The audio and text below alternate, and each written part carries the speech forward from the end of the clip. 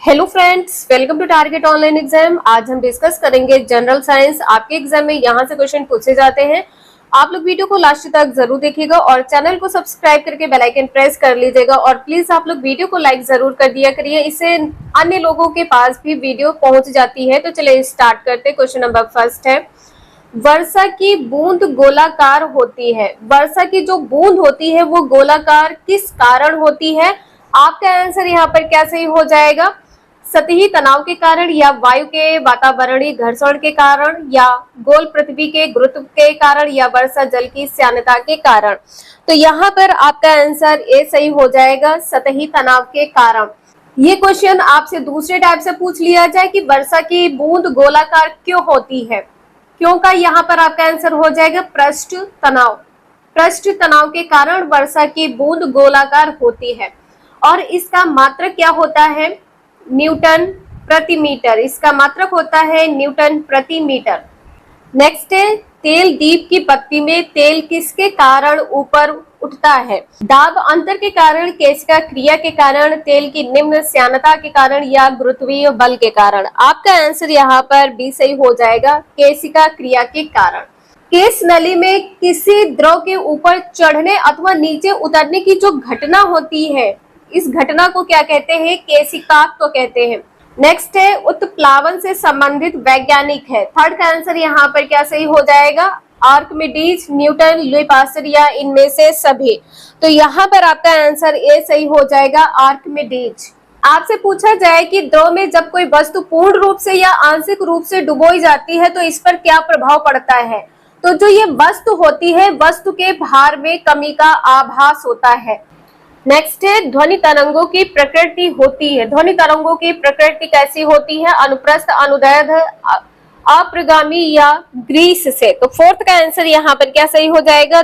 अनुदैर्ध्य। ध्वनि तरंगों की प्रकृति कैसी होती है? अनुदैर्ध्य। आपसे पूछा जाए स्प्रिंग में उत्पन्न तरंग कैसी तरंग होती है? स्प्रिंग में जो उत्पन्न तरंग होती है वो कैसी तरंग होती है? अनुदैर्ध्य तरंग होती है। नेक्स्ट है, पराश्रव्य वे ध्वनियां हैं जिनकी आवृत्ति होती है। पराश्रव्य ध्वनि की आवृत्ति कितनी होती है? कमेंट करके आप सभी लोग बताइएगा। 20,000 हर्ट्ज से अधिक, या 10,000 हर्ट्ज से अधिक, या 1,000 हर्ट्ज से अधिक, या इनमें से कोई नहीं। तो जो तरंगे होती है, ध्वनि तरंगे 3 प्रकार की होती है। ध्वनि तरंगे 3 प्रकार की होती है। पहली है अवश्रव्य, अवश्रव्य, दूसरी है श्रव्य, तीसरी है पराश्रव्य। तीसरी पराश्रव्य। यहाँ पर आपका आंसर क्या सही हो जाएगा? 20,000 हर्ट्ज से अधिक। पराश्रव्य ध्वनि की आवृत्ति कितनी होती है? 20,000 हर्ट्ज से अधिक होती है। और अवश्रव्य ध्वनि की आवृत्ति कितनी होती है? 20 हर्ट्ज से कम होती है। 20 हर्ट्ज से कम होती है। और श्रव्य ध्वनि की आवृत्ति कितनी होती है? 20 से 20,000 हर्ट्ज जो होती है। पराश्रव्य ध्वनियां किसके द्वारा उत्पन्न होती है? चमगादड़ के द्वारा और डॉल्फिन के द्वारा। चमगादड़ और डॉल्फिन। नेक्स्ट है, ध्वनि तरंगे होती हैं लंबवत, तिर्यक, या आंशिक लंबवत, आंशिक तिर्यक, कभी कभी लंबवत और कभी कभी तिर्यक।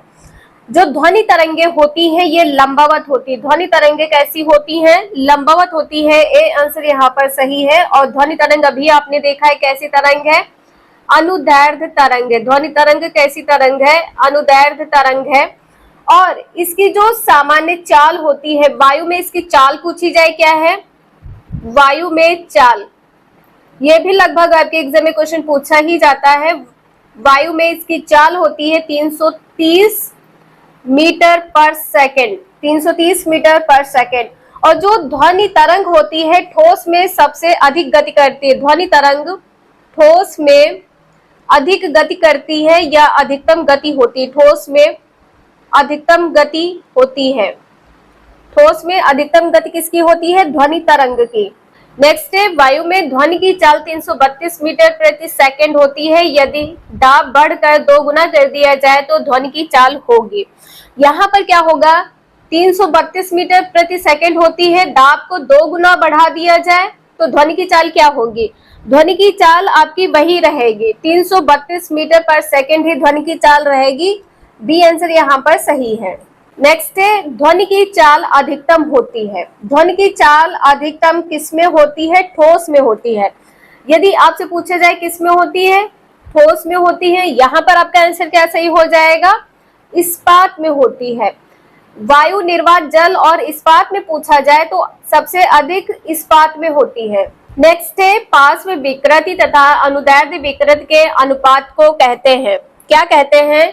पार्श्व अनुपात या आयतन प्रत्यास्थता गुणांक या दृढ़ता गुणांक या यंग प्रत्यास्थता गुणांक। 9th का आंसर यहाँ पर क्या सही हो जाएगा? पार्श्व अनुपात कहते हैं। ए आंसर यहाँ पर सही है। नेक्स्ट है वायु दाब मापी की रीडिंग में अचानक गिरावट इस बात का संकेत है कि मौसम कैसा होगा ये बताना है। स्थिर तथा शांत होगा, वर्षा युक्त होगा, ठंडा होगा या तूफानी होगा। आपका आंसर यहाँ पर क्या सही हो जाएगा? 10th का, जब रीडिंग में अचानक गिरावट होगी तो मौसम क्या हो जाएगा? तूफानी। डी आंसर यहाँ पर सही है। नेक्स्ट है ध्वनि तरंगे किसके कारण प्रतिध्वनि उत्पन्न करते हैं? अपवर्तन, विवर्तन, परावर्तन या इनमें से कोई नहीं। तो आपका आंसर क्या हो जाएगा? परावर्तन के कारण। सी आंसर यहाँ पर सही है। नेक्स्ट है किसी ध्वनि स्रोत की आवृत्ति में होने वाले उतार चढ़ाव को कहते हैं। उतार चढ़ाव को क्या कहते हैं? रमण प्रभाव, डॉपलर प्रभाव, क्रॉम्पटन प्रभाव या प्रकाश विद्युत प्रभाव। आपका आंसर यहाँ पर बी सही हो जाएगा, डॉपलर प्रभाव। नेक्स्ट है जब एक पत्थर को चांद की सतह से पृथ्वी पर लाया जाता है तो क्या होगा? इसका द्रव्यमान बदल जाएगा। द्रव्यमान नहीं बदलेगा, इसे आप सभी लोग ध्यान रखिएगा। इसका भार बदल जाएगा परंतु द्रव्यमान नहीं। भार और द्रव्यमान दोनों बदल जाएंगे, ना द्रव्यमान और ना ही भार बदलेंगे। तो देखिए द्रव्यमान तो नहीं बदलेगा, ठीक है, द्रव्यमान नहीं बदलेगा। बी आंसर यहाँ पर सही हो जाएगा। इसका भार बदल जाएगा लेकिन इसका द्रव्यमान नहीं बदलेगा। बी आंसर यहाँ पर सही है। नेक्स्ट है जब एक चल वस्तु की गति 2 गुनी हो जाती है तो उसकी गतिज ऊर्जा क्या होगी? यहाँ पर आपसे पूछा है गतिज ऊर्जा क्या होगी। तो देखिए यहाँ पर कहा गया है चल वस्तु, जो एक वस्तु है चल रही है, चल रही वस्तु की गति 2 गुनी यदि कर दी जाए तो गतिज ऊर्जा पर क्या प्रभाव पड़ेगा? यहाँ पर आपका आंसर बी सही हो जाएगा, 4 गुनी हो जाती है। ठीक है, चल वस्तु की गति यदि 2 गुनी है तो गतिज ऊर्जा क्या हो जाएगी? 4 गुनी हो जाएगी। गतिज ऊर्जा 4 गुनी हो जाएगी। बी आंसर यहाँ पर सही है। नेक्स्ट है दूध से क्रीम निकालने में कौन सा बल लगता है? 15 का आंसर यहाँ पर क्या सही हो जाएगा? अपकेंद्रीय बल, अभिकेंद्रीय बल, उपकेंद्रीय बल या बाह्य बल। ये 2 बल नहीं लगते हैं। यहाँ पर आपका आंसर क्या सही हो जाएगा? अपकेंद्रीय बल। ए आंसर यहाँ पर सही है। किसी भी क्वेश्चन में कोई डाउट हो तो आप सभी लोग कमेंट करके जरूर पूछ लीजिएगा। वीडियो यूजफुल लगे लाइक करें, चैनल को सब्सक्राइब करें एंड शेयर करें। Thank you for watching this video.